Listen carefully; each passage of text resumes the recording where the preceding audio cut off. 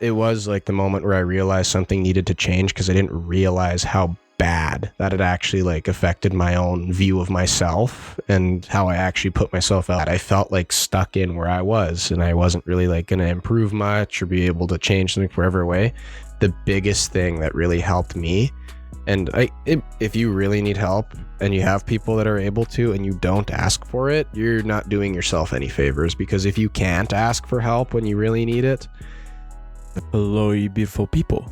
Welcome back to the Long-Term Podcast. I'm your host, Advin Villa. Today, we have aspiring police officer and huge cat person, Darryl Stroh. We will discuss how change is possible, self-confidence, and moving forward. Darryl has gone through a lot of negative altercations with people, and that has inspired him to take change and follow a path of growth. And he is here today to impart his wisdom with us. I'm very thankful for our conversation. Yeah, I think you guys would derive great value from the episode today. Everyone, welcome. But yeah, bro, welcome to the Long-Term Podcast. Hey, happy to be here. Thanks for asking me to come on, actually. Yeah, dude. Quite excited to come and actually talk about it. Yeah, whatever. so tell me a little bit about your journey. It's not been, well, I can't say it's really anything like special, but it's mine. So what I can say, my own journey, I think it like really got started once I moved out. I moved out of my parents' house about it'll be 2 years pretty well on the nose come November. Once kind of getting that little bit of independence for myself kind of gave me a push to move more towards what I'd kind of like for myself. So how can you afford moving out these days, man? I swear everything's just piling up and being broke as hell. Yeah. Well, it's not quite that bad, but it's just a matter. I make enough, thankfully, at least with my job, that I'm able to live comfortably enough to where so long as I'm being smart with my money, I'm not wasting it. Even with my rent just went up, like brand new lease starting this month. So it went up a little bit, but it wasn't that bad a hit. So that's fair. I've been practicing living below my means, and by doing that, I've saved a lot. No, honestly, it's a good skill to learn, because it's a skill that I didn't quite have in practice at first. So now I'm kind of doing the struggle for the first 3 years while you figure it out dance is what someone told me it was. So I'm like, oh, awesome. I'm surviving at least. Yeah.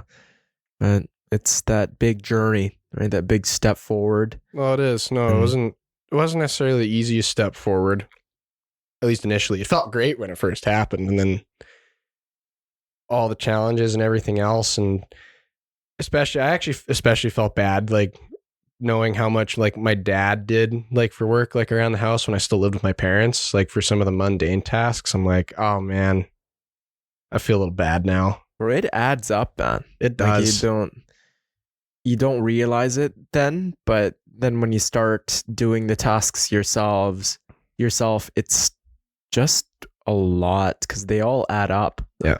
I think actually when I had the realization the very next day, because it was sometime in the evening, I was just getting frustrated with something. I can't remember off the top of my head what it was, because at the time I had a roommate. I think it was something to deal with just piling the recycling and never taking it out. I'm like, I am not the servant of this place. I had my own realization of, you know what, I just kind of appreciate a little more all the things my parents did. So I gave my dad a call, considering my mom's phone's usually on silent. I can't call her as much. It's no offense to her. But I said that to my dad, and he's like, well, I'm happy you realize that now, son.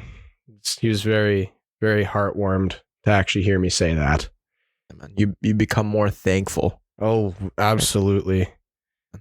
Our parents always say, you'll know then the things that I do for you once you have kids of your own, or once you move out. The classic of, you don't know all that I do for you yet. You'll find out one day when you're on your own. Yeah. And then in retrospect, it just all comes to you randomly. And then you're baffled as to how patient and resilient our parents have been. Absolutely. No, it's not easy. Let's say it's really not easy, like especially like when you end up in like a situation as well when you first move out and you have a roommate, and then it turns out that that doesn't work as well as you'd hope it would. So now you're kind of like on a front of, well, what do I do now? So once the end of that lease hit, I ended up on my own at that point, which is a lot nicer. Actually, I will say that it's nice having the whole place as my own space. I really can't argue with that. You got cats with Yeah. you as well? Yeah, I got two. I grew up with them pretty much. We had their one little home, like just little house cat. Really, really, well, I can't say really nice cat. She hated everyone but me and my parents. But she was nice to me. Mhm. Had that cat up until, well, that cat was older than I was. I think she died when she was 21 or 22. It's a long life. Yeah. Yeah. And then it wasn't much long after her passing that my dad decided he hated having a house with no cats, so he got 3. And then I moved All out. at once? Yeah, I was a litter of 3. It was, wow. It was originally, it's from Zoe's Animal Rescue. Yeah. My dad saw 2 that they were looking at on the website. And when they got there, they're like, so if you get these 2, this one is all by itself because the other 2 are also adopted. So they ended up with 3. There we go. And then, I moved out and it was a nice solid 2 months before I thought the same thing. And I got 2 cats. What do these cats mean to you? You seem to have a great bond with them. I love them to death. They keep me sane, and I personally hate being like by myself for long extended periods of time. I love like the little affection they give, especially like too, and they just follow me everywhere I go. So like ever since I'm sitting in my room on my bed, usually one or both of them is in there. Or if I go to the living room, one's usually sitting in the cat tree that I have behind my couch, and the other one's on my lap or sitting on the other couch. And usually it's amazing like how like well attuned they are to you, because if I'm like one day like coming home, or if I've been home and I'm just like, for instance, really upset, they usually can tell, and they're just kind of circling me, just purring and just wanting some attention. I love those cats to death. Yeah, bro. The furry friends, they are there for us no matter what. So they're like kids. They drive me mad. One of them just actually at the beginning of this week made me call the fire department because she managed to get herself stuck under the fridge. Oh, wow. Yeah. It's like 10 p.m. by myself. I just hear skitter and I'm like, what are you doing? And I turn the corner. I'm like, oh, you're stuck under the fridge? How'd you do that? Yeah. I guess she was reaching for something. The bottom piece isn't like a solid piece. And she like, it's just big enough that she can reach her hand through and over. I didn't realize it was a claw she was hooked by because I can't fit my hand under the piece. It's so low to the ground. And I could lift the fridge by myself. I found out it was on wheels on the back, but I can't hold it and unhook her. So I'm like, well, it's 10 o'clock. My neighbor, my coworker who lives right across from me got shipped out to Vancouver this week, unfortunately. So he's not here. I guess I really don't have a choice, and I had to call the non-emergency line. That's to fair. get Well, to the 2 firefighters who like showed up at the door and started laughing when they looked. They're like, "Are you serious?" Yeah, whatever it takes to rescue. Yeah. No, they said they'd rather me call them and help them with that, especially since it was so late and I live by myself, than get another call of help. My cat's under the fridge and I hurt my back trying to get her out. So let's talk about change. Yeah. Can you share a pivotal moment in your life that made you realize that change was necessary or possible? Yeah. Well, I think like I said to you earlier, there was really like 2 moments that I have, kind of one for the necessary and when I actually realized it was possible. So for at least when I realized like change like was a necessary thing for me, it was when I played video games a hell of a lot more than I used to when I wasn't like living by myself or anything else. So a lot of my like spare time spent like through high school was doing that. And the people I played with for a solid, I want to say 4 or 5 years, it ended up being, it really weren't the nicest set of people that I really could call like my friends at the time. Like without like really going into a lot of detail for it, the group, I think the best way I can describe them is what you imagine the stereotypical like toxic masculinity mental state. It was like a revolving door of that, of just, they all treated each other like crap. And it was the very end of high school, like right after we graduated, I think there was one incident that really made me just be like, okay, I'm done. I can't do it anymore. What was that? It was at least the main person that kind of like stifled the group and kind of caused a lot of the conflict. I can't remember what made him say it. It was so stupid. It was so stupid that I honestly can't remember why he said it. But I think it was just like a disagreement. I knew he was wrong. He didn't like being wrong. And he said to me, I would just enjoy curb stomping you, turning you over, and then stomping on your teeth to hear the just crunch going down your throat. I'm like, what is wrong with you? This guy, why would he say that? Did he mean it? Usually when he's mad like that, yes. And you know what? At least on like the human like part of myself, I knew the guy for like a solid 5 years doing like playing games with him and whatnot. He didn't have the greatest upbringing himself and had a lot of anger issues, but that's still really no excuse to kind of treat other people like that. And it just kept getting worse and worse and worse. So while on one hand, I understand kind of why he gets the way he does, on the other hand, I can't let it do bad to me, because like thinking back after I like separated from there, it was like the moment where I realized something needed to change, because I didn't realize how bad that it actually like affected my own view of myself and how I actually put myself out there, or like and sometimes like even like treating other people.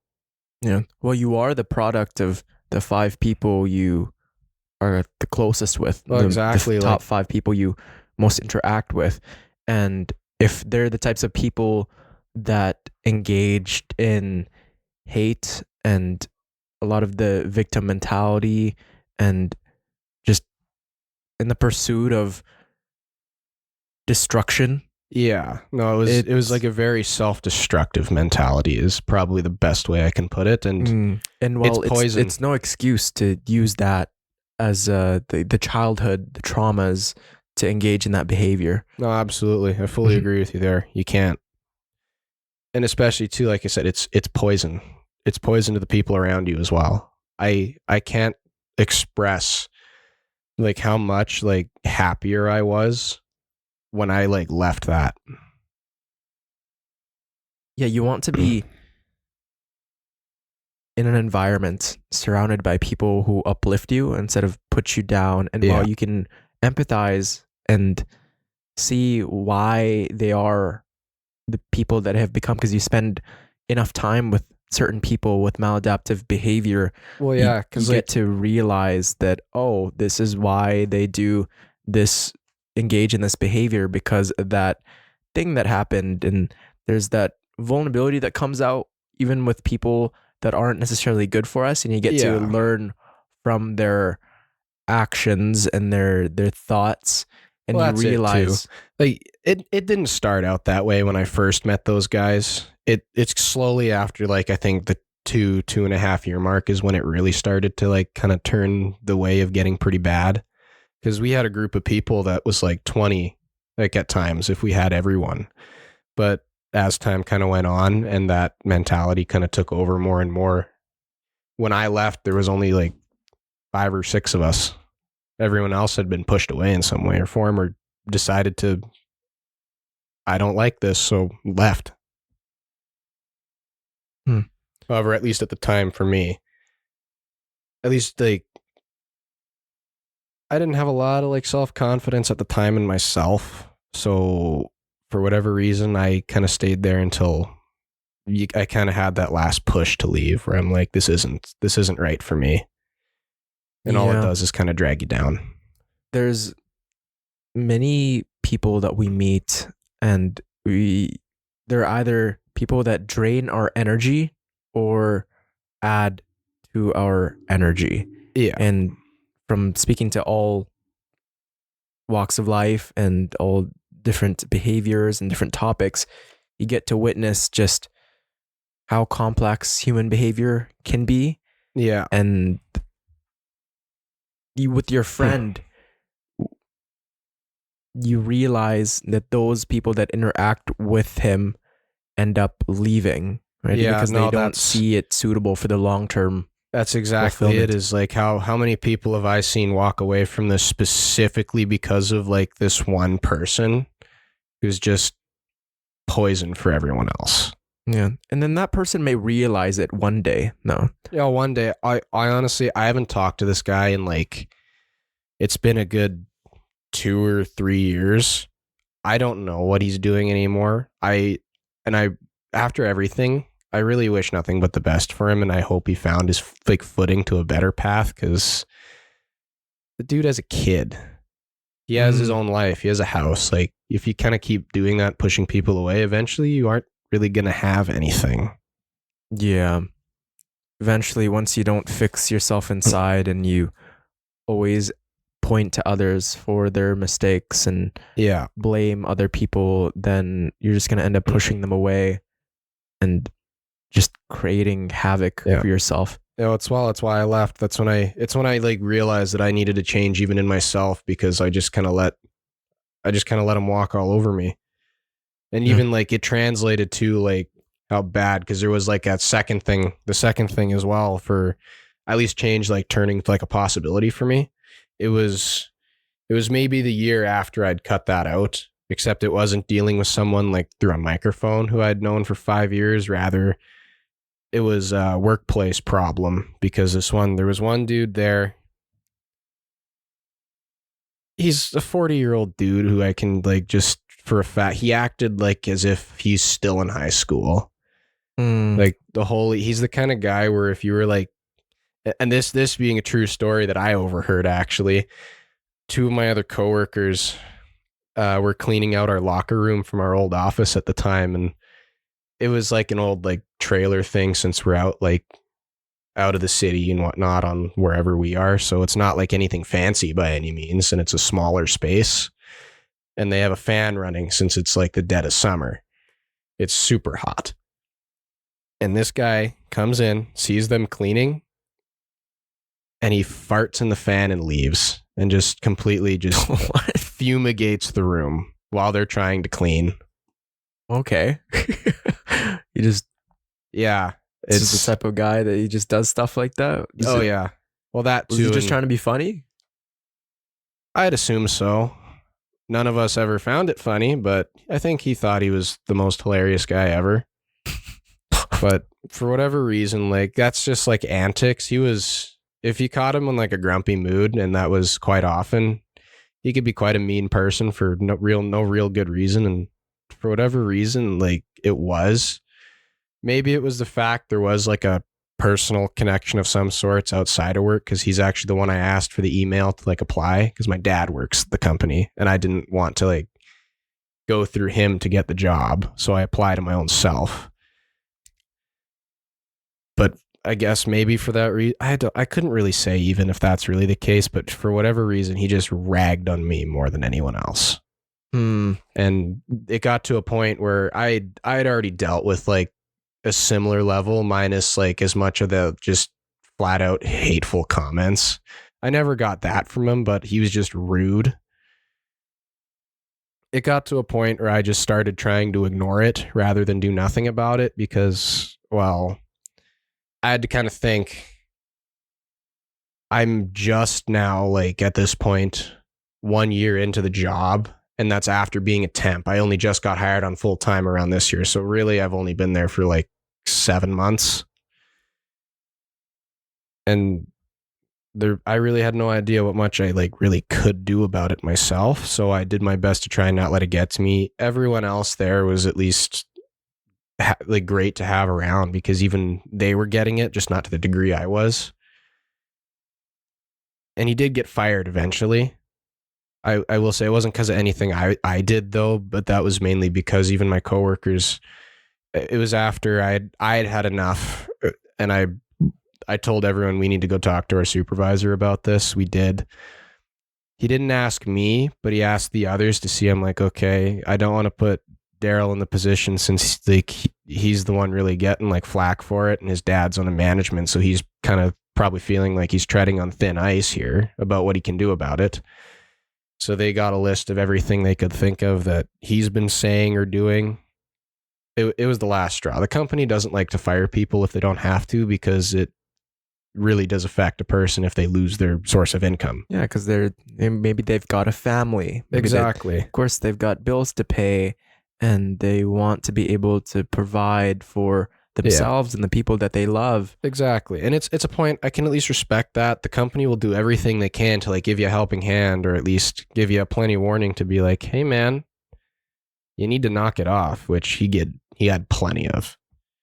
So I can't really say I feel bad in that regard, because it was kind of his own doing. But at that moment, and maybe the year after, because it was the year after that I actually moved out of my parents' place when he was gone. Like after kind of like looking over him, like even like trying to ignore everything, I still didn't feel great about how I just kind of let him walk over me just as a person, even having trouble on my own, thinking, how am I going to deal with this? It wasn't quite as bad, but that actually gave me time to reflect and actually see like where change could be possible, and actually give me a better understanding of how I can improve myself moving forward. Why did he target you? Like I said, maybe it was that like personal connection, because the guy actually has known my dad for a long time through like my dad's like he's been a curler since he went to school at Nate. He's well, at least at the time, he's not anymore so much, because he has a back injury that does affect his ability to like actually curl. But he'd been going to, what is it? I think it would have been the same curling rink out in Edmonton by Concordia. He was a member there. This other guy was also a member there for quite a long time.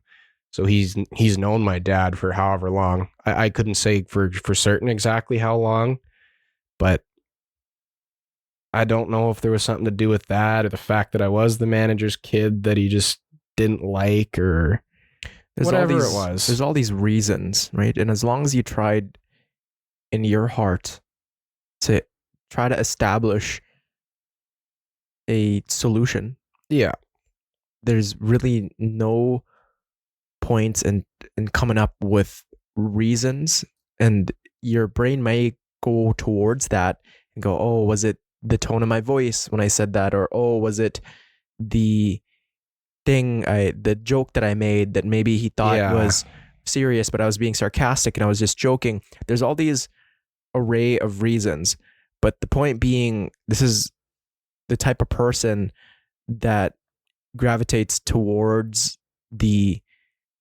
assumptions of disrespect. Well, exactly. And like when you have a person like that in a workplace environment, usually other people have the same opinions and the same judgment. When they interact with other people long enough, other people get to realize their true colors. Yeah, and you get comfortable is what I would assume is probably the better term for it. When someone gets comfortable where they are, they kind of show more and more of like. Yeah, and it's the little things, right? Do they ask, how are you? Or when things get stressful, do they take it out on the other person, or do they take full accountability? And all the virtues come into fruition in the long-term aspect of any endeavor, of any workplace. Yeah, honestly, like I think the biggest thing that I took away from that whole thing is I really should stop looking at anything I'd done in particular, because I really wasn't doing anything other than just existing at the workplace and trying to like figure out, it's not like a hard job per se, but I still got to learn how to do everything. Everything has its own way of being done, even if it's like super simple. It's not exactly simple if you've not really done it before. We actually just have a new guy that just got hired now who's kind of going through that himself. And he's like, so how do I do this again? I know it's really simple, but it's not like the most straightforward thing if you haven't done it. Well, you try your best to establish rapport with the person. Yeah. And if they reply back with discontent and wanting you to be lower than them, then that's not a teammate. No, it wasn't. Yeah. It was. I can't even say that there was already problems sticking before from when I started, so it wasn't even a new issue that was known on the site. So Yeah. I really have nothing. Like reflecting over it, I realized probably the biggest thing was not to blame myself, and people are just like that sometimes. Yeah. With any endeavor, you go anywhere, There's always a guy. there's always going to be someone Yeah. that is unhappy with your decisions or just the person that you are. Yeah. You could be the most compassionate, most loyal, most loving person out there. Someone's going to see something wrong with it. Oh, it's absolutely. just the way human nature works. Yeah, there's always going to be a person who's looking to try and like get a one up, even if there really isn't one to be seen. It's a tough pill to swallow, but that's just the reality of it. And you got to recognize those people and that they do exist. Yeah. And Like I said, that one was kind of my moment of I really need to take a step to evaluate and see like how I can possibly better myself, because I can't keep letting this happen to me. Yeah, that's fair. Yeah, you can't let the mistakes of the past repeat itself. Yeah. In retrospect, you realize, oh, there seems to be a pattern here. Is it because of my submissive behavior, or is it because I'm too nice? Was it because I come across a certain way? Yeah, usually for me, actually, I can tell you exactly what it was for me is I just don't like conflict. And at the time I was a lot more like trying to be a people pleaser, more or less. Kind of find a way to, the combination of that always like made me find a way to like kind of bring a problem back to myself rather than see, I'm not the issue here. It's all that. Yeah. It's not me, it's that. But yeah, you reflect further, and if you travel the path of truth, you'll realize that maybe it's your fault and you are the common denominator, or B, it's that there is something that you are part of the problem, but it's in a point where you got to accept that there are just people out there that you don't gel with. Yeah. And you know what? You'll come across time after time that there are bullies out there. Oh, absolutely. I don't think you're ever going to go anywhere and not find one. Yeah. And there are people who will take advantage of your insecurities and flaws, and you just learn from that. Yeah. No, it's all in the matter of like the boat of life experience. And that's something like once I actually moved out, or at least especially like even once I like started that job, because that was before I moved out of my parents' house, I really started to get a huge dose of it because I didn't really have a ton of it before, because I hadn't really been doing a whole lot outside of just staying at home. Yeah, dude, I was a big video game addict in high school and a little bit years after. Dude, I could spend hours. I could load up a website just for one game to tell you how many hours I have logged on it. It's over. It's well over like 2,600 between the both. Being paid minimum wage for every hour that I spent would give me a financial freedom. Oh, you and me both. It was insane, because that's, for me, that was just like basically one game. I think just for fun, after someone asked me, but that's just one. Can you like look up the time spent in your others? Oh, maybe.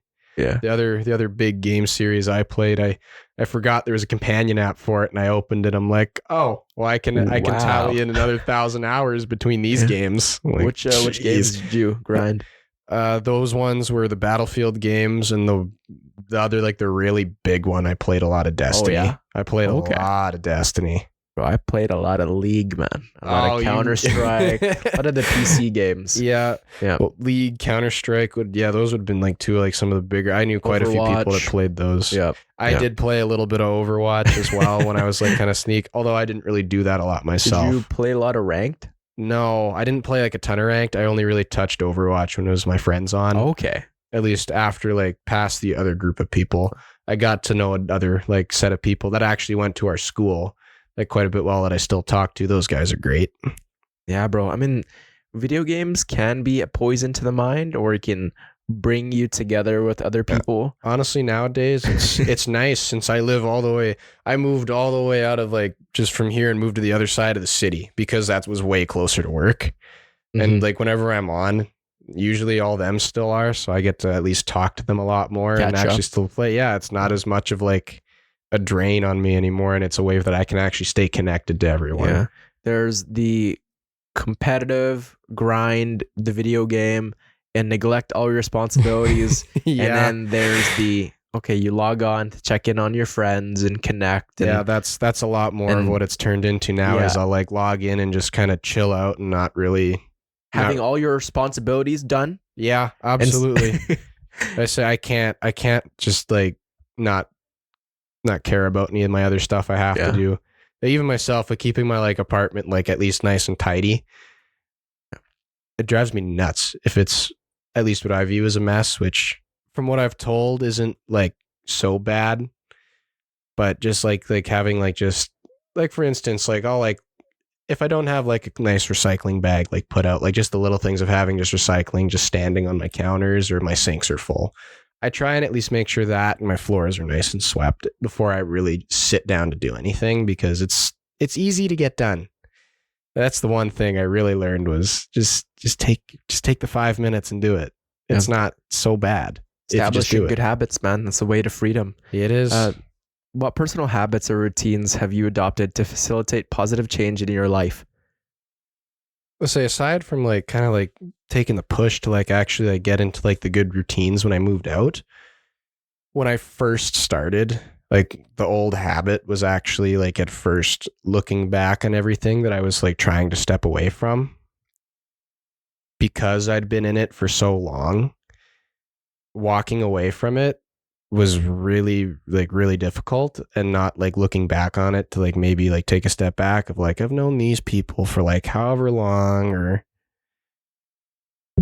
it, like just completely like stopping it and like telling myself this isn't good for me and I know it's not good for me. I just can't look back. That was probably the biggest habit I had that kept me there because there was a few times where I'd like gone on stints of like trying to stay away from the group, but I always ended up back in it and just this cycle of like repetition of going back. I had to break the habit of doing that. That was, at least for me, the biggest thing I had to change. Chris Williamson and Alex Hormozy, they have this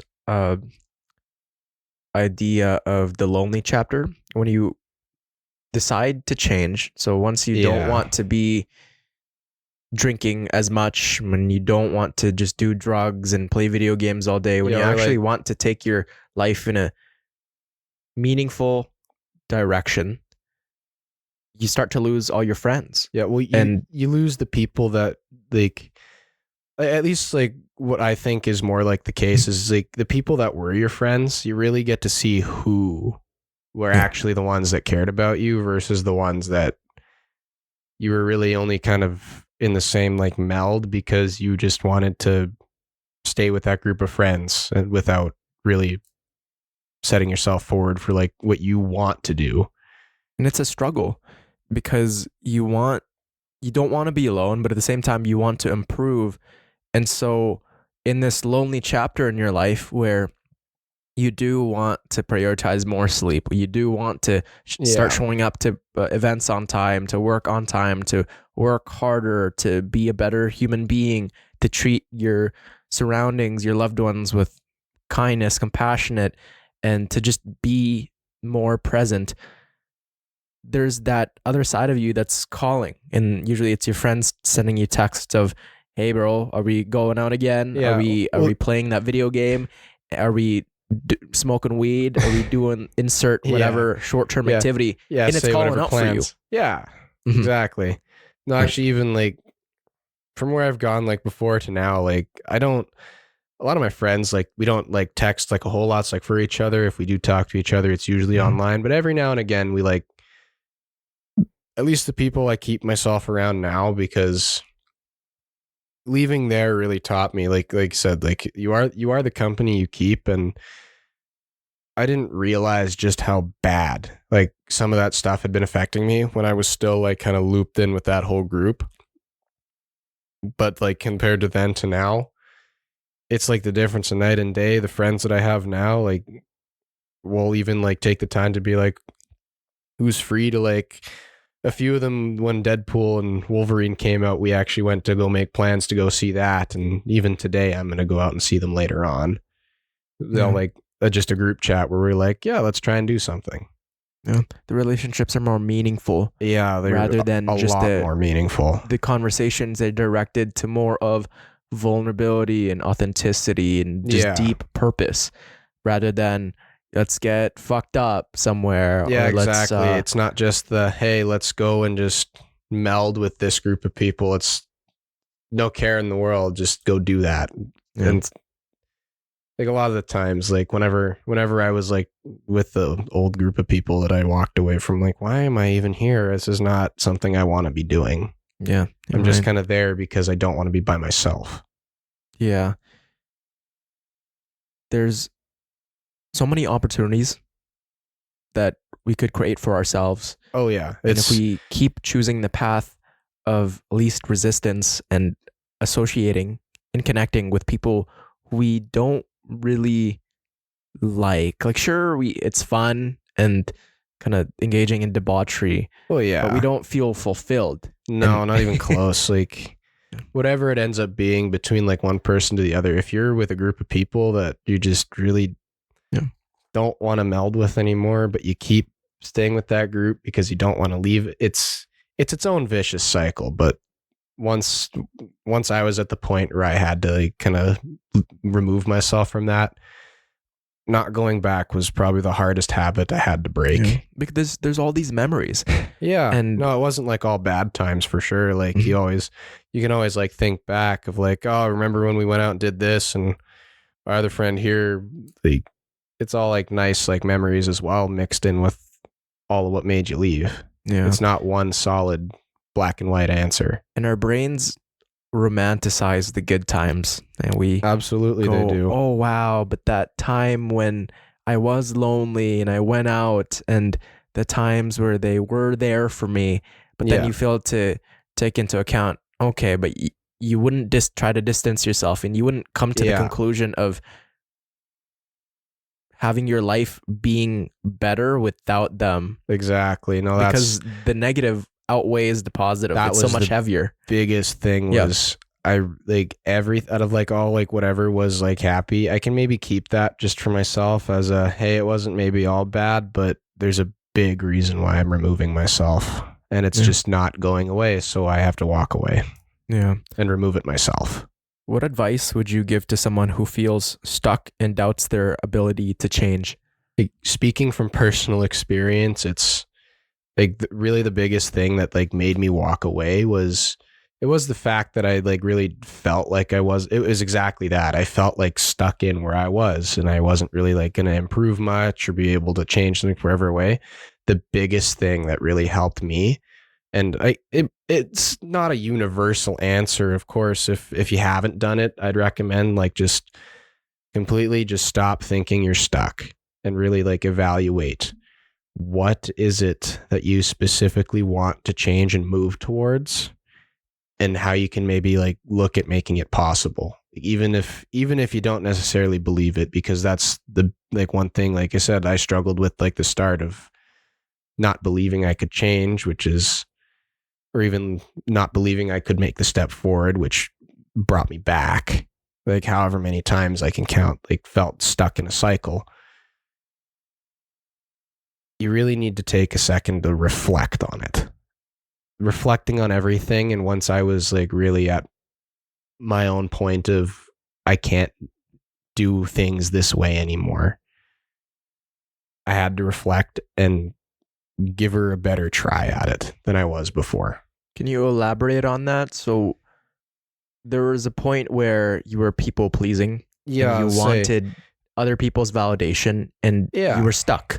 But then you looked within, you reflected. It was after that other coworker got fired, because really there, I really hadn't done much different. Mm-hmm. But rather than like taking the time to do the same thing I did, where it was really just kind of nothing and just letting it kind of go and not reflecting on how I can deal with a situation like that better. I was just kind of at my end with that, and I didn't want that to keep happening. But at the same time, I'm still kind of in the point of, how am I even going to not let this happen to me anymore? It was not a fast change. Yeah, That's what I really had and it to. wasn't linear. Hey, there was a lot of up and down, everything Mhm. else. Like that's really why I felt stuck. That's why I had to like just stop. I had to put a full stop on like everything I was thinking on about that for myself, and kind of really just reflect on what I want changed and how I can maybe make those changes. And to be honest, once I kind of got that realized, the positive changes just kind of started happening on their own in some ways as I worked a little bit on one thing or the other. You do notice the changes happening when you really take the time to work on some of it and not think of like, I need all of this, right? It's not a linear path. Yeah. You do not rise to the level of your goals, you fall to the level of your systems. And while it's great to self-reflect and establish a goal, ultimately the systems, the habits that you establish, they're the ones that will come to fruition, because everybody at the start of a race, everybody's got the same goal in mind. Oh, absolutely. But then when it comes to the systems, who's going to finish? The people with the good habits, the people who are there for their friends, who foster love and connection. Everyone who's like put their time and effort into like making themselves to the point where they want to be. I was very much so not at the point I wanted to be, but at the same time, it was once I like kind of stopped to take a reflection and get out of that old mentality and really like evaluate myself that I really broke out of it. Yeah, bro. I too had a coworker. It was actually my very first time experiencing something that hateful. Yeah, no, it's really like surreal of an experience. Usually I'd experience something hateful because I did something. Okay? Yeah. So I usually I'd be like, okay, I was at fault there, and that's why people had a visceral reaction. That's why I got the flack that I did, or the amount of disrespect, because I asked for it. This particular coworker that I had just talked behind my back all the time. Yeah. Pointed out my mistakes to other people all the time and made up stories and into my face. There were a lot of just microaggressions that you could tell like he's pissed off. Yeah, there's a lot of the microaggressions, especially, is something that I can fully relate to in that regard. And it almost got physical, and it really made me down in the dumps. It really made me question my sense of character, and made me uncertain coming to work, and gave me the sense of dread. Well, yeah, it's like you don't want to be there because it just makes you feel like crap. I actually might not have, if I'd have let myself like even sink into that, because that was a similar feeling for me when I was dealing with that coworker. I really didn't had a nice bit of contemplation of not coming back for my second season when I wasn't on full time. Me too. You want to quit, hey? Because you do. This is like, what did I do wrong to this guy? Why would they? How can someone not like me that much when all I wanted was good intentions? And I had. Well, it's not like you're doing anything wrong either. Really. You're just like, at least for me, it kind of got to the point of like you're counting the days of. Oh, how long is it going to take for him to say something to me or just explode for no reason? And the thing, I don't know if you tried to build rapport back again, but I tried to foster forgiveness and that connection. It just, bro, it doesn't work. It didn't, for certain people, they just don't, they're not receptive to that. No. Once they make their judgment, they'll hold on to whatever narrative they have, any little reason to keep it. Yeah. And I don't, the way I see it is, you try your best and you have the best of intentions, and if the person doesn't reciprocate that, that's more their problem than yours. Absolutely. But so you can't keep making it like your own issue, because like I said, I struggled with that for myself, is always making that my own issue. But yeah, it is what it is at the end of the day, is kind of what I learned, and I can't just drag myself for it. How has your self-confidence evolved over the years, especially as you work toward becoming a police officer? Yeah, so like I said, the difference from when I really started like my path to try and like change toward, it's a night and day difference. I can't compare myself to the way I was before, because I really wouldn't speak up for myself, to whereas now, well, I can honestly probably say if you asked me like 2 years ago to come on the show, if you were doing it at that point, I probably would have said no, Mhm. just because I didn't have the foot to put forward for it that I at least felt that I wanted to. Whereas now I'm at a point where, well, I just kind of speak my mind to people, even if I know they're not going to like it. Yeah, you're comfortable in your own skin. A And hell of a lot more than I was. you strive more towards authenticity and the truth rather than wanting to be liked Yeah. by everyone. And I struggle with that all the time, man, because I tell myself I don't care about what other people think, but there's always that part of me that Yeah. No, cares.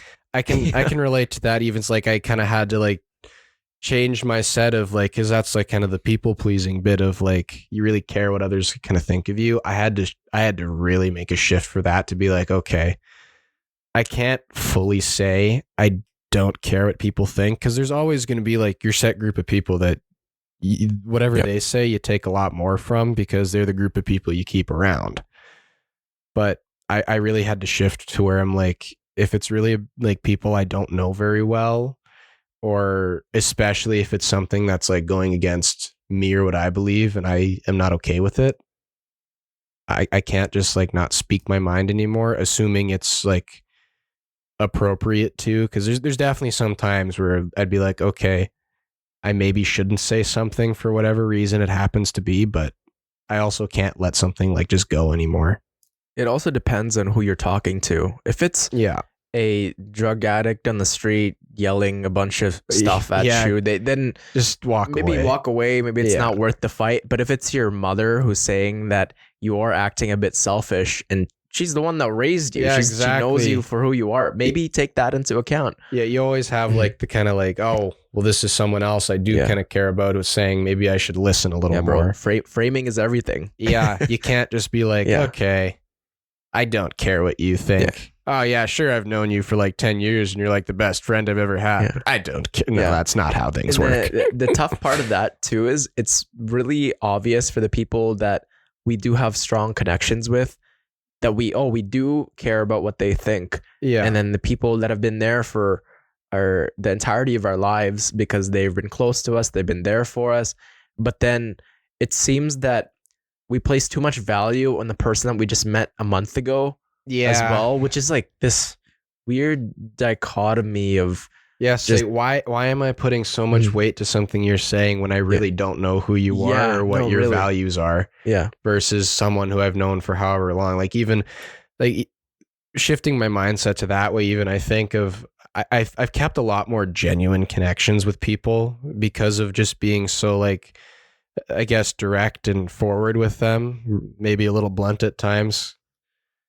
It's kept a lot more of the meaningful relationships around, and the people that really just don't know what to do with someone being as straightforward as that, or aren't as forthcoming themselves, just slowly kind of walk away themselves.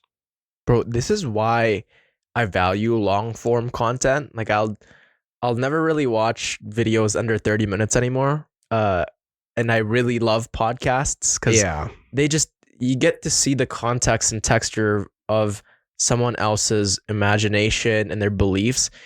People make too quick of judgment onto people by seeing a 1 minute clip or seeing them in public one time. And absolutely. Then they say, oh, this person is selfish. Oh, this person is disrespectful, rude. You don't know if that's just one day. Right? You don't know. Honestly, like I had to even like take a look at some things too, because I didn't realize how much I used to do that. Bro, I'm guilty of that still to this day. I'm still Yeah. very guilty of that to this day too. There's really some times where I have to evaluate where I'm like, okay, maybe this poor person on the other end of the video camera is just not having a great day. Yeah. And I really shouldn't say my opinion on it. Yeah. Yeah. because I really don't know who they are or Yeah, what they do at the end. Like, because it could be something as like simple as someone who's just having a bad day.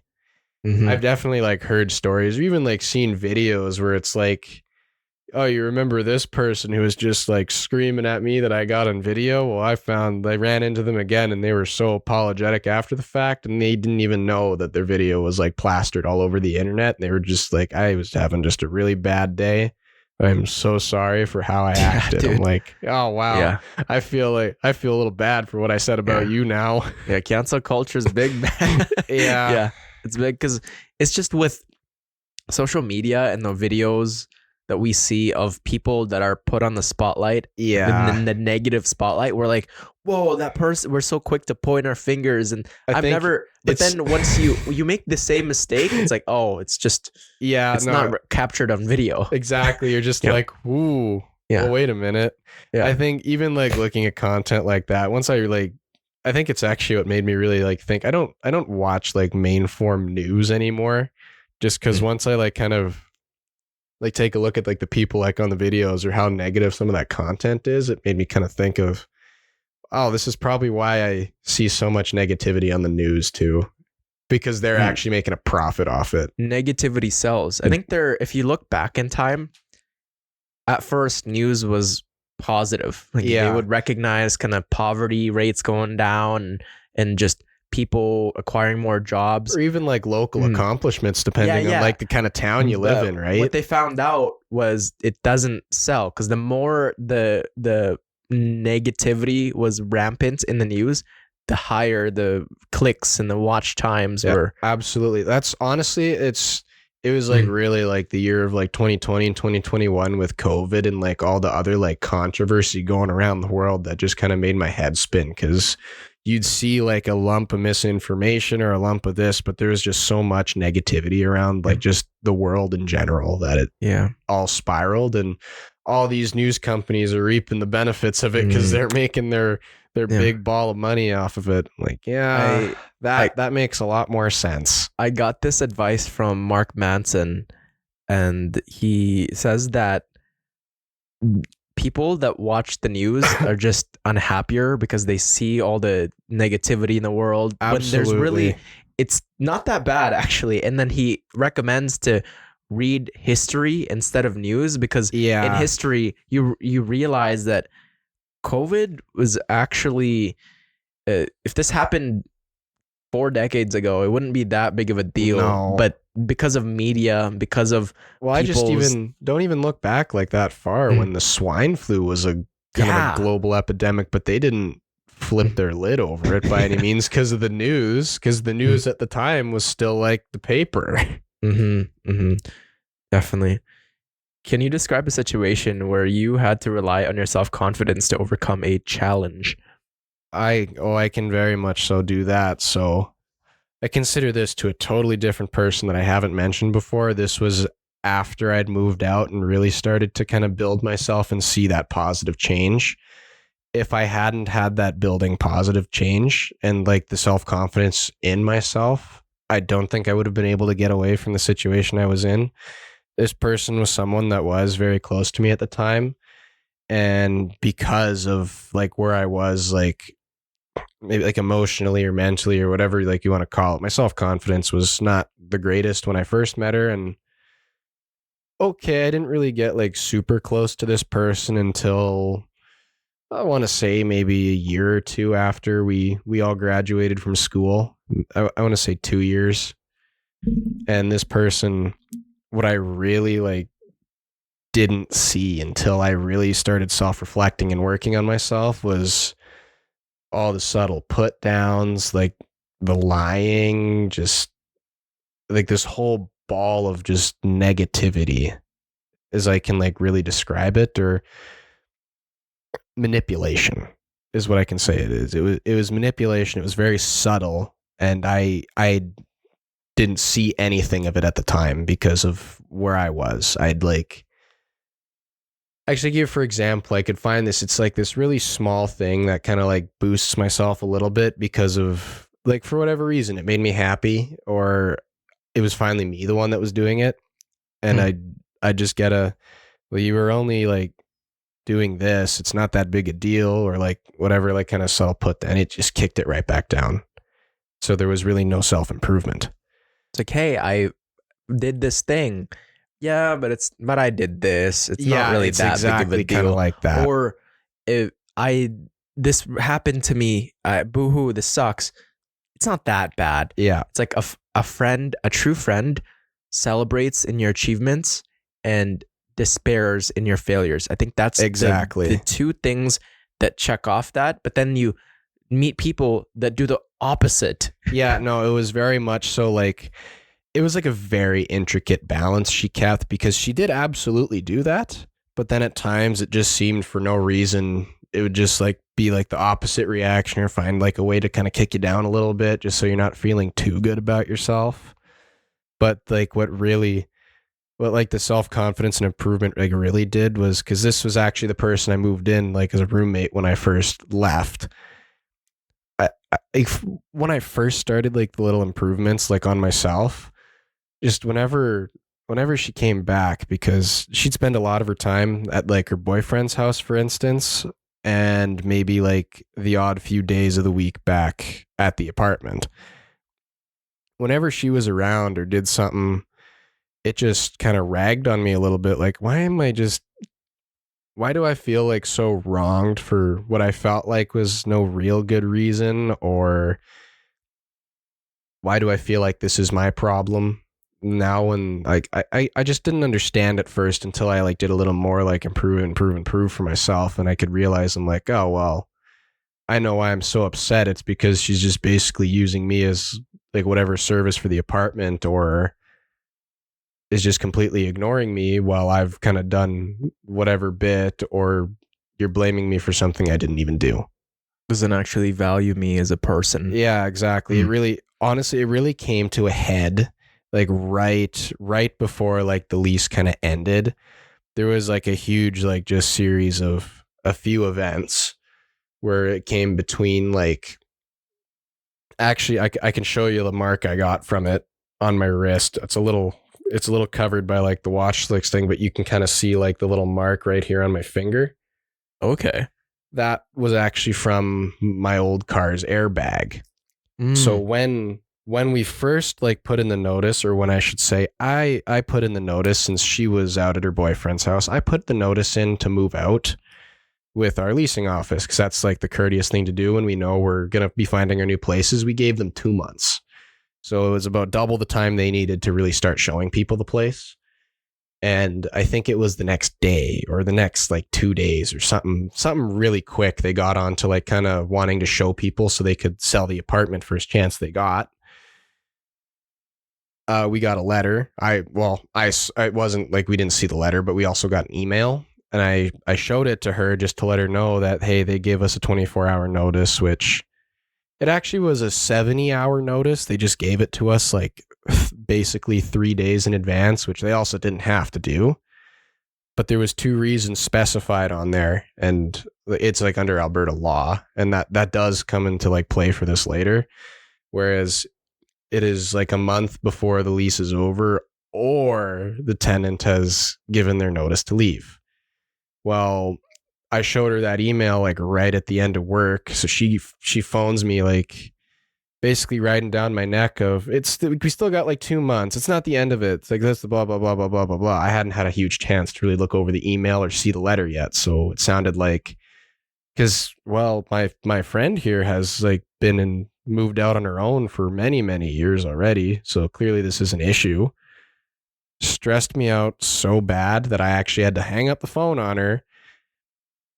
And I'm also going to point to, I'm not going to like take the blame out for like the car accident that preceded from me, because I could have pulled over to cool off or done this, that's like whatever. But my brain just kind of turned to autopilot to go back home.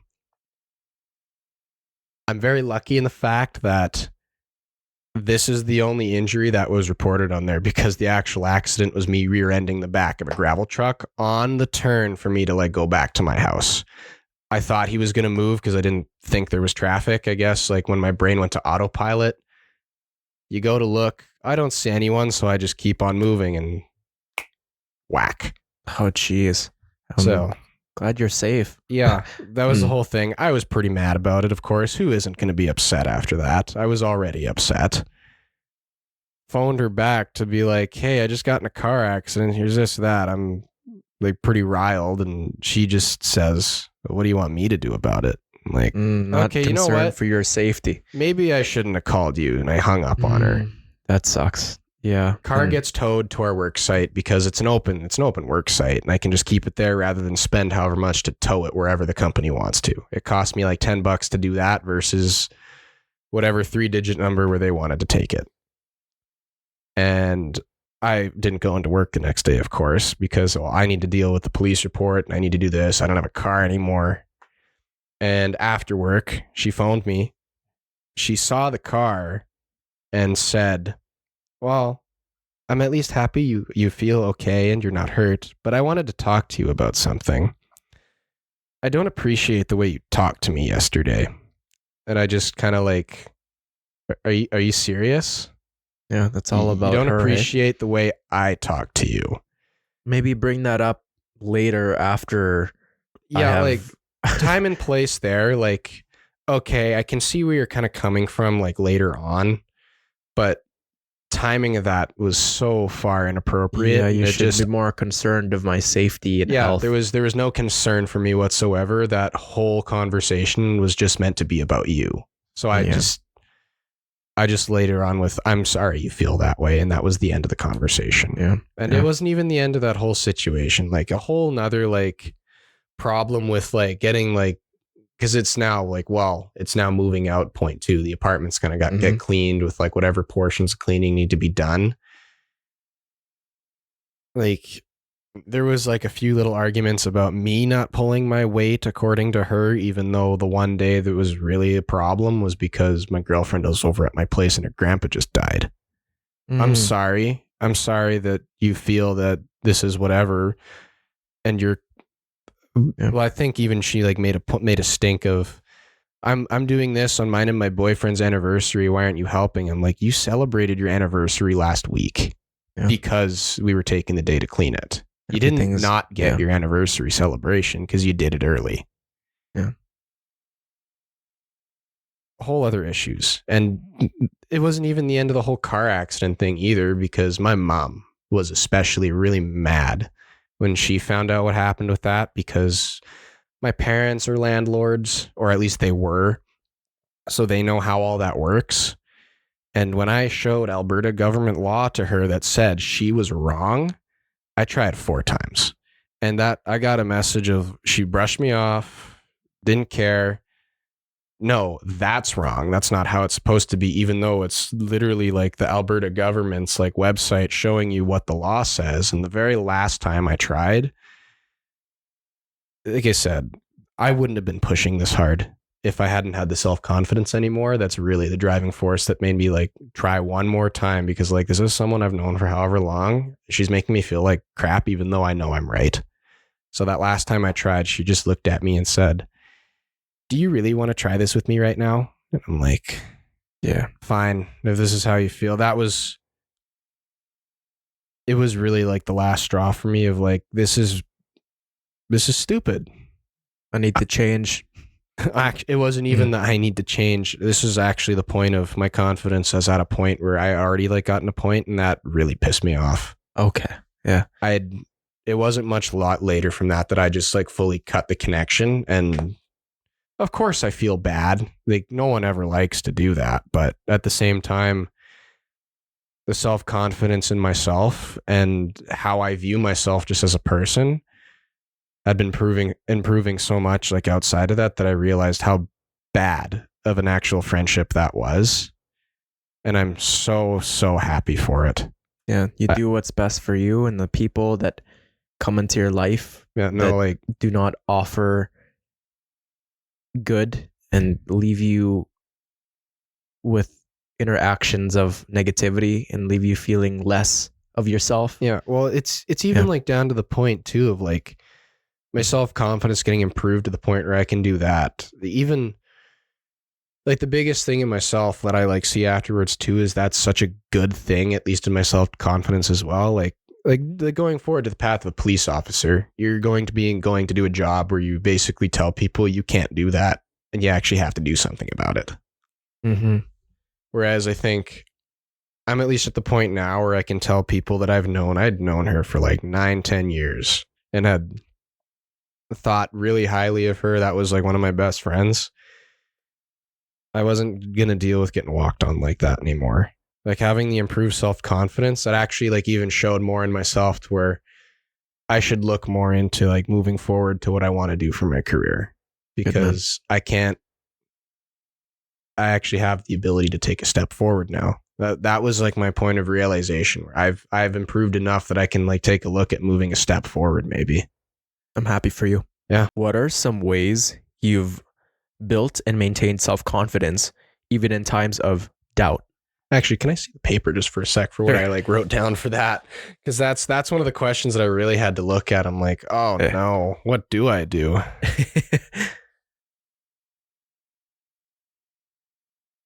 Oh yeah, okay. No, it is going back to the beginning. It's like most of the doubt that I had was really like centered around the beginning of when I like started to make a push. But it's like that kind of like ground where it was not that I'm necessarily looking back at what I'm leaving at per se, but I'm now actually at the point where I've gotten away from it and I'm kind of in this bubble of what do I do now? I had to stop actually listening to myself. Is probably like the biggest form of doubt that I had, was just my own doubts, like just in general of what am I even doing here? Like the biggest habit I had to change was just not listening to myself and actually changing the way I was like talking about myself and the way I was doing things. Because like I said, it wasn't a very fast change. Before we conquer the world, we must conquer ourselves. Yeah, like you can't. I think it even could go back to a saying of, I think one thing, because I actually went on a ride along not too long ago because someone that I was working with like way back, like 6-7 years ago, is on Edmonton Police Force now, and she got me a ride along. One thing she did tell me was like, I don't know if it's like known to you, but a lot of people don't know when they go to academy is in a job where you're supposed to help other people, you need to make sure you've helped yourself first. I can't like push myself forward, at least in a way of like the changes that I wanted, without helping myself in my like the way I was like talking about myself. Cause that like goes back to the old people that I like first went away from. It was all like the putting down, etc. Yeah. You see the mental framework that you operate in once you actually listen to your voice objectively. Yeah. When you make a mistake, like if you trip, like are you calling yourself stupid? Are you calling yourself a name? And there's this I've heard this so many times, where if you said this to a friend that you deeply care about, would they still be your friend? And Exactly. you're telling that to yourself, and the mental framework that you operate in is destructive, and that's gotta create some damage. Oh, it does. It was at least for me.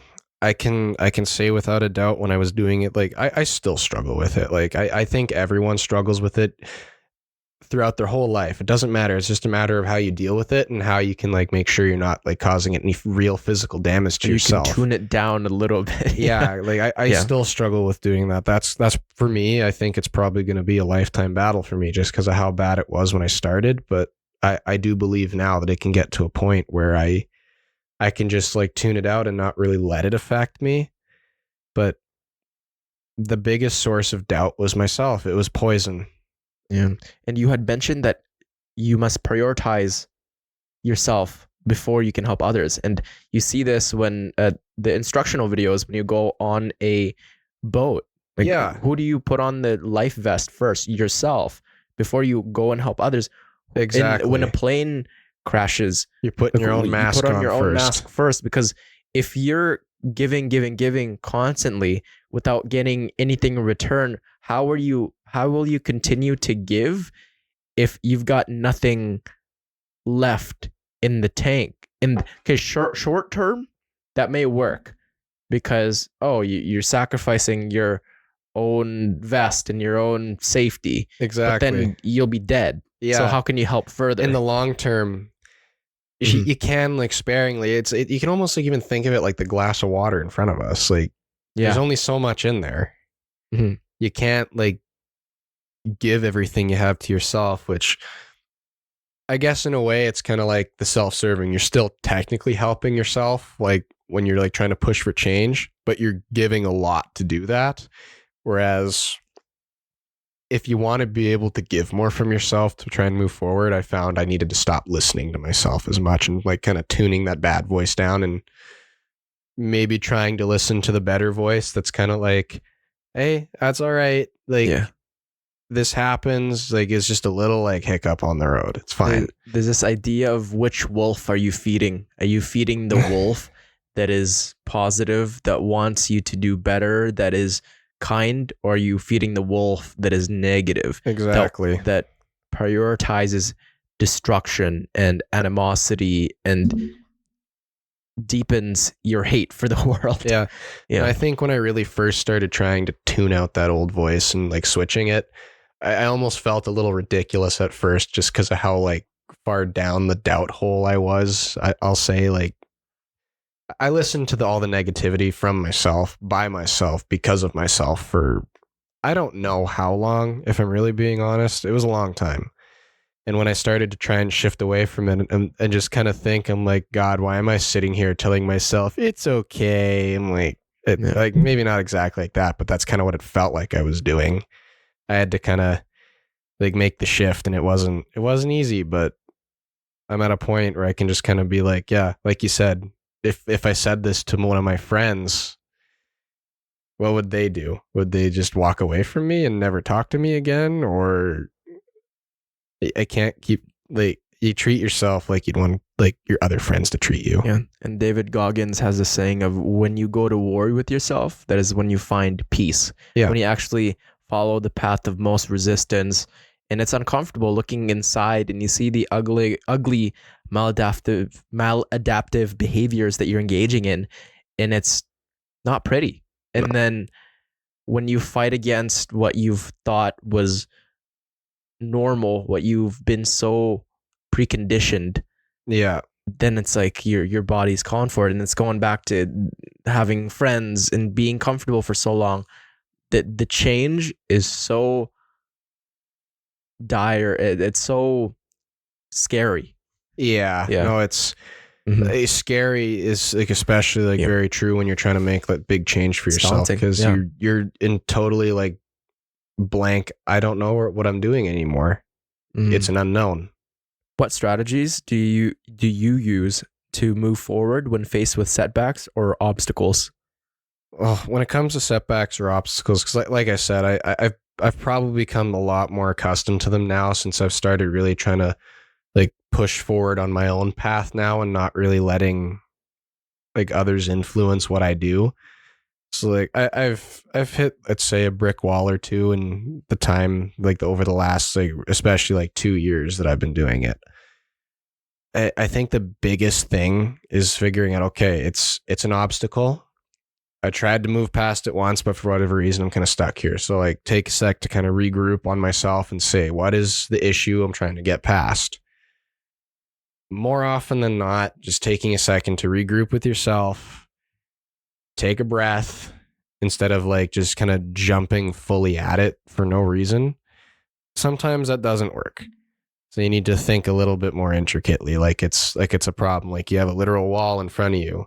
Can you go over around it sometimes, or what way can I deal with this issue that's in front of me? A lot of people will just brute force themselves into the wall. Yeah, and that's something I found hurt more in the long run than it actually helped me. Like you'll get to the other side, but at what cost? Yeah, exactly. At the times when I really face some of those, I'm like, I did it.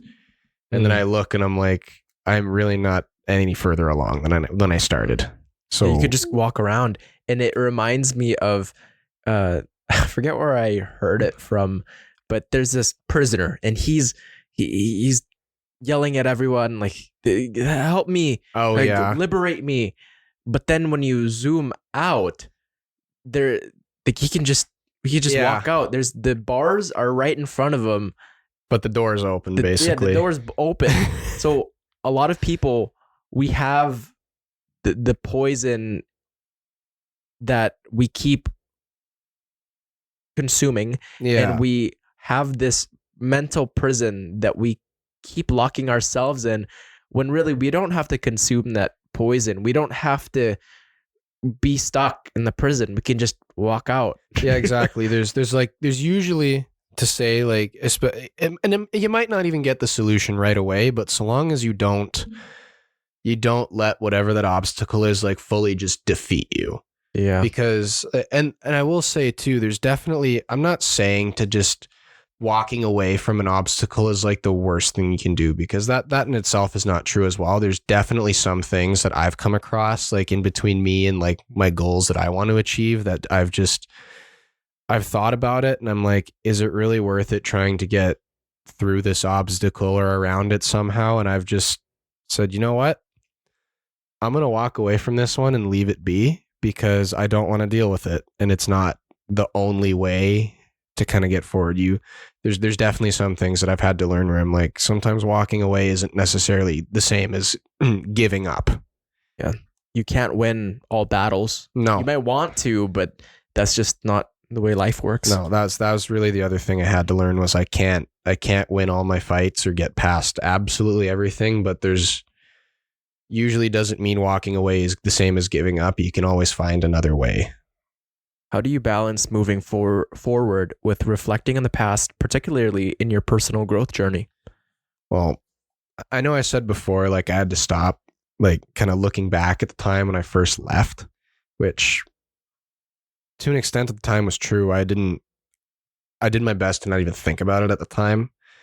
I'm now back in a spot where I can fully understand why I left and look back and not even want to touch it.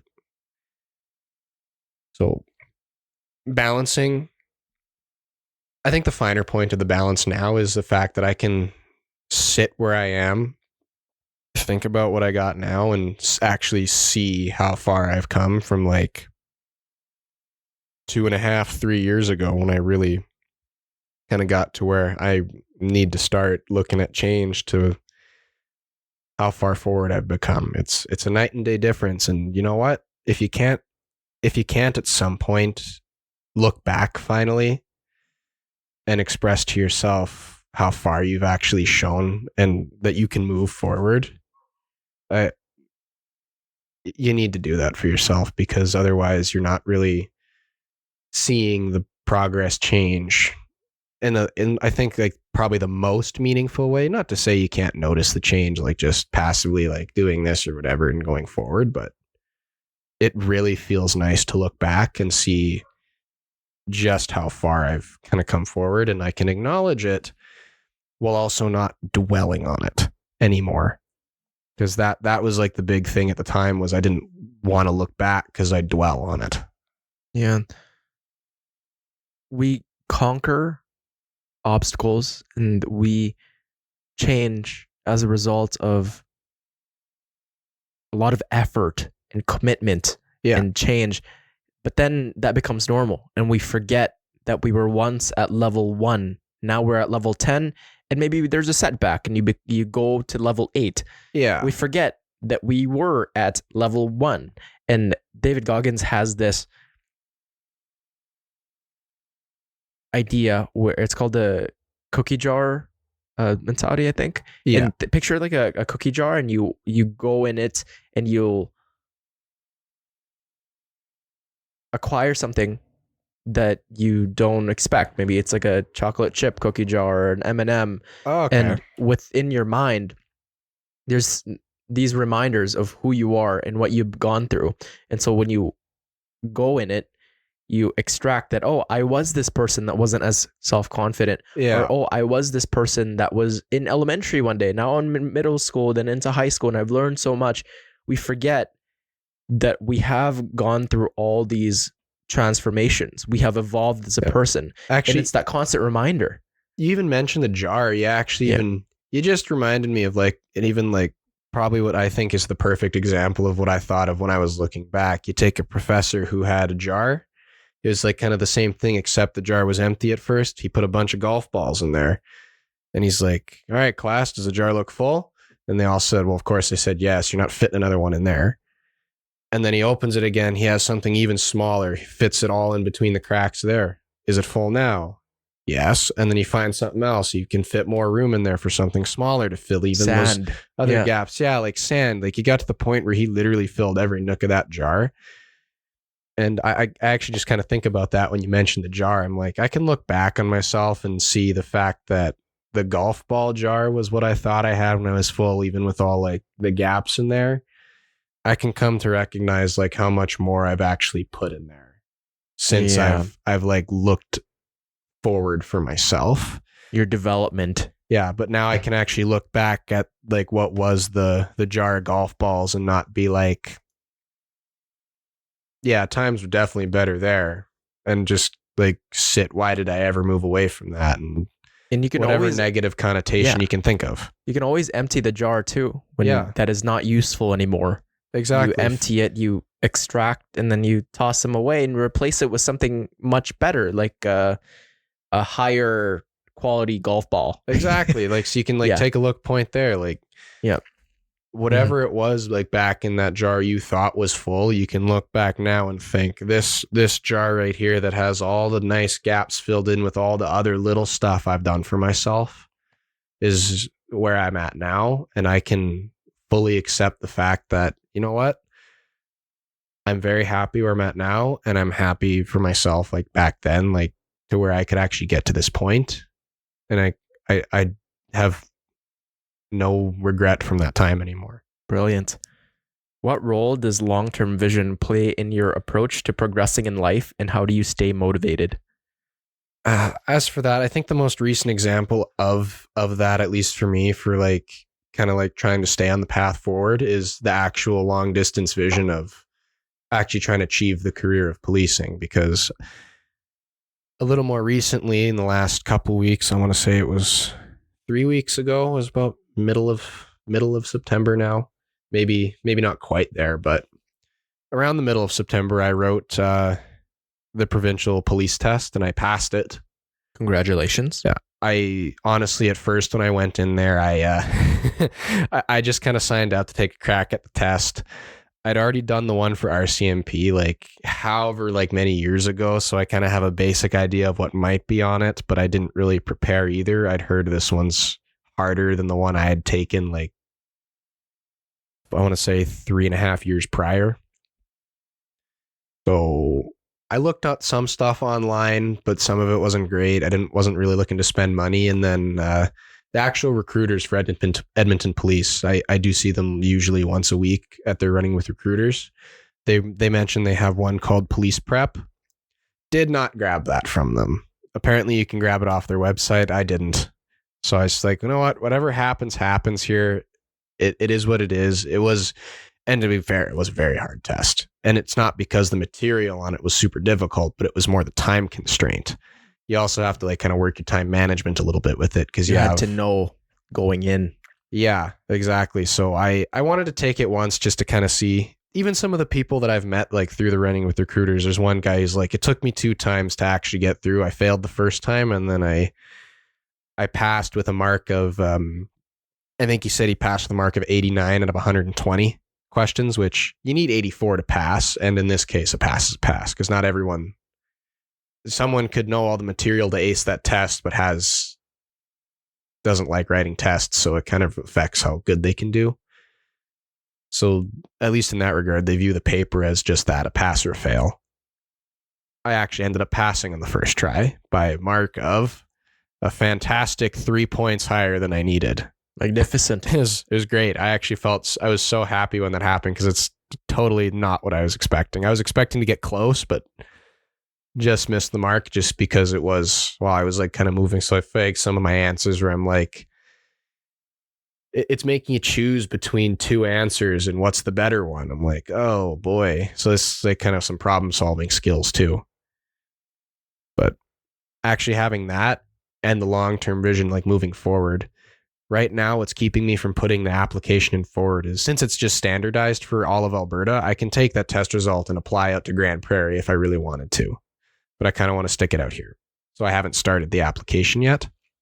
The very next step is their physical assessment. And at least for that, I don't want to put the application in for that. And I was told, if you don't feel ready to complete the actual physical testing that they're going to make you do, don't put it in, because you're going to end up waiting longer to get in if you fail. So I'm like working to kind of improve. It's mainly the cardio and getting ready for the beep test.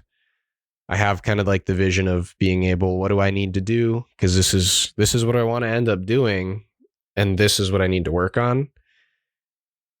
I kind of got myself, nothing like super strict. Like I'm never going to be a person that keeps myself on like the strictest schedule ever. It's just not the way I am. But having at least a solid like build around of, I get 1 run a week with running with recruiters. I need to try and do 2 on my own outside of that, at the very least, like in a week. If I can do that, my goals are getting better. And doing that, I've actually seen the improvement, because they run the beep test once a month, and I've been improving slowly at it. And even on the days where there's like no motivation, I find those are the days, if I can really get out to try and like get some running in, I feel the best after actually completing it on those days particularly. Yeah, bro. The motivation is great and all after you watch some video of your favorite influencer of some sort tell you to get up and do the things that you do, and you do go do it. Yeah. It feels great. But then on the days where you are depleted, maybe you didn't get enough sleep, maybe there's a lot of emotional instability inside, and you still do it, the feeling you get from you feel like you've gone so much further. Yeah. And it feels so much nicer. And so the days when it is easier, you've gone through those hard days, and it's much, much easier. Absolutely. Like I can't speak like in comparison to the days where I'm like, yeah, I'm ready to go do this versus it's just like how I can only describe the way I can feel on really some of those days where I just don't want to go out. Yeah, bro. You feel like you go so much further. So is being a police officer just the plan A, or is there also a plan B if it doesn't come to fruition? Not necessarily to say for like the plan B. I have a few ideas for that. Like even the company I work for now, I actually could turn that into a career if I really wanted to. It's not a bad job, and I honestly wouldn't be upset if that's what I ended up doing, assuming like whatever I end up doing in policing doesn't end up working out for me. Because isn't there acceptance? Isn't the median age like 25, 30, something like that? I think they said like if you're not the ages between like 23 and 25 at bare minimum, don't expect to get in right away on the first shot, because it's before you're getting like 23, 25, because you are right. The median age is, I think, like 25 to 30. Even I've heard guys in their 30s. That's the older you get, granted, you're doing something with your life. Exactly. The more likely you are to get into the RCMP. Yeah, pretty much. Like RCMP or like whatever local municipalities, the biggest reason they don't hire people under the age of like 23, especially, you're not getting in before 23 or 25 because you lack life experience. Yeah, you need to go through those breakups, through those bad friendships, through those self-doubt. Exactly. Like, well, even here's like, look, for me, I moved out of my parents' place when I was 21 years old. How many people nowadays especially have done that? None. Yeah, like hell, there's some days I wish I didn't, because man, my bank account, some days I look at it, I open my phone and I almost like see a fly just come off my screen. I'm like, I'm not opening my wallet. That's taught you so much, bro. It has. Like you really cannot like downplay like the level of life experience you get when you move out, and actually like keep with that and be able to support yourself. Like even, of course, like some days you're probably going to need help. And that's actually one thing that I'm like super appreciative still to have like from my parents, because one thing they taught me that I'm going to instill like later on when I have kids and like they move out is, if you need a hand, we're here to give it to you. Because at least the way my parents see it is, one day when they're getting like really old and they can't do as much as they used to, it's going to be me giving them the hand when they need it. Yeah. When we're kids, little babies, we cannot function in the world, Yeah. cannot survive without our parents. Exactly. And then we come to an age where, we can fly off the nest and we can be independent. But then there is life, and it does come in unpredictable ways sometimes. Exactly. And There's you a need to bump be in able the road, to as go it back were. to the nest and Yeah. just be able to ask for help. And there's no shame in that. That's the way No. we operate. That's how we survive as a species. But then as the parents grow old, then It's gonna be they're it's gonna be gonna them rely needing- on us. Exactly. Yeah.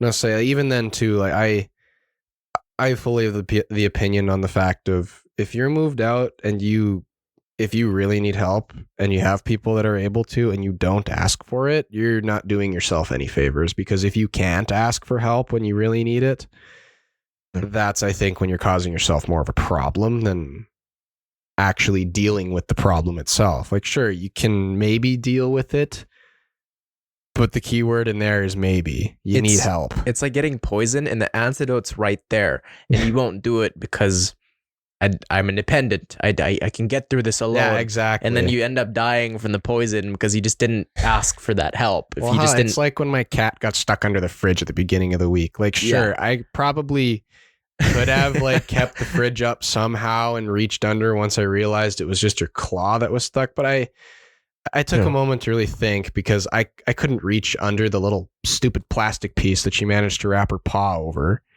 to actually feel that it was her claw that was stuck. So I'm just kind of sitting there. I'm like, okay, Hey, bro, maybe.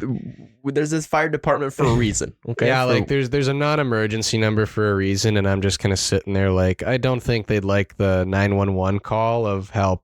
I broke my back. You're freaking out. My cat's stuck behind the fridge. And I broke my back trying to help, versus the non-emergency line of, I don't have the ability to do this on my own because I live by myself. And even something simple, I didn't even think of it until like just before I called. I'm like, what if I try and prop the fridge with something? Oh, the only thing I have that would probably be able to do that is my toolbox that's still in my car. Yeah. Oh, damn. Life Okay. doesn't. You don't need to set the life on brutal mode. You can just put it in easy mode. I mean, Yeah, exactly. Like, Yeah.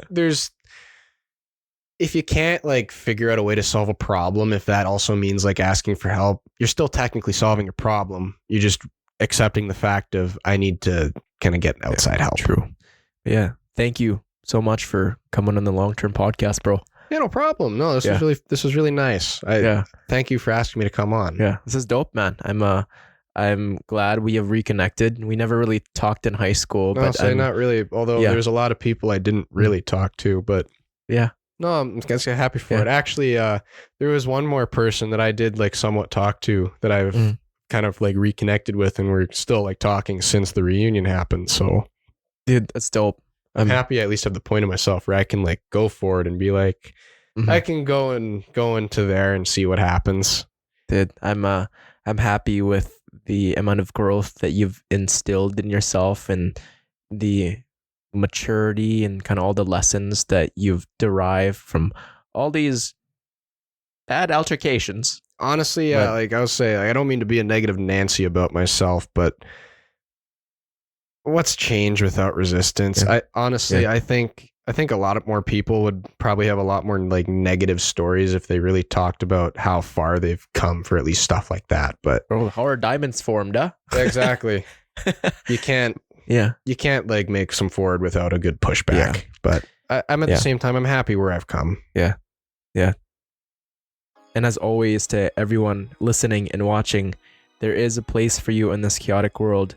Never lose hope, strengthen your faith, and keep it long term. Darryl Stroh, everyone.